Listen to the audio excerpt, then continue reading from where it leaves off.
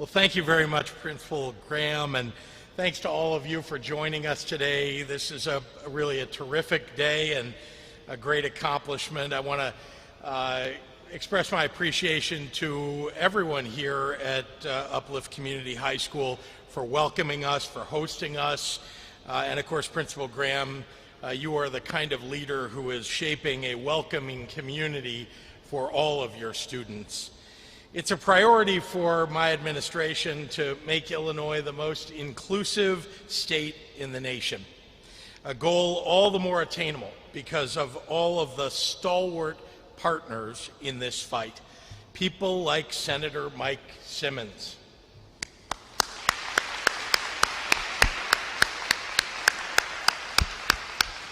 And my partner in governance, the great Lieutenant Governor Juliana Stratton.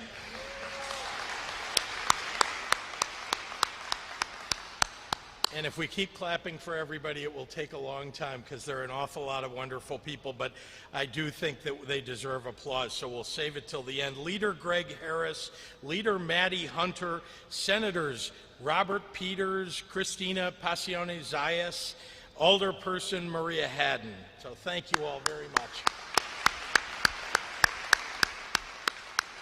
And the great advocates that are not elected officials but make so much happen for us across the state and of course in Springfield and state government.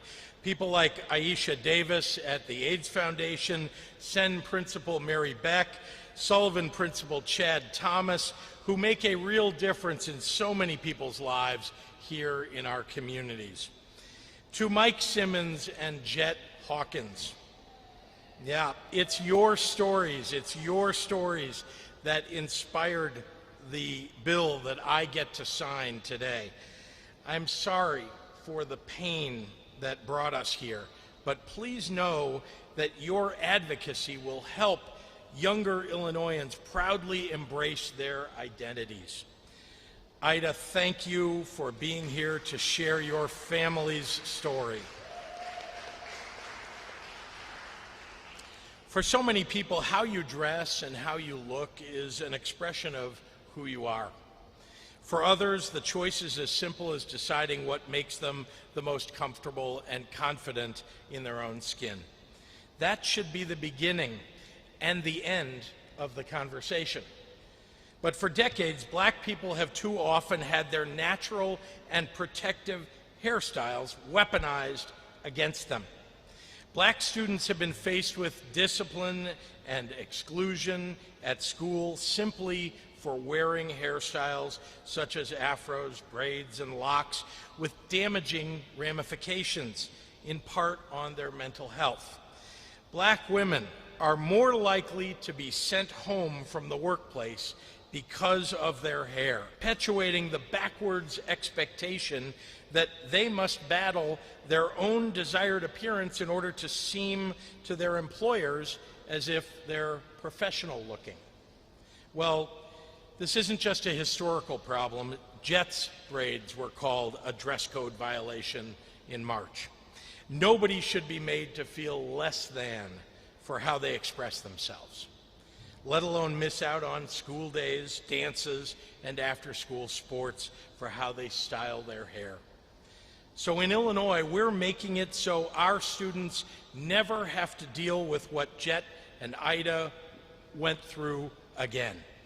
Effective January 1st, school uniform and dress code policies in Illinois cannot prohibit or restrict hairstyles historically associated with race, ethnicity, or hair texture.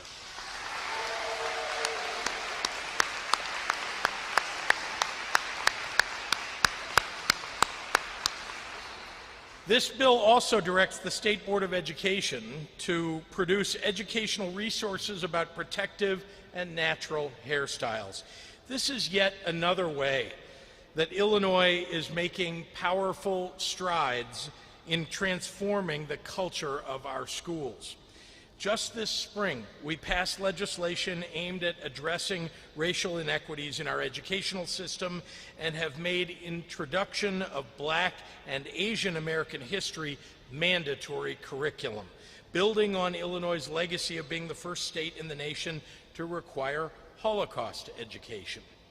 Today, we are adding to that progress so students can embrace the power of their heritage rather than compromise their identities.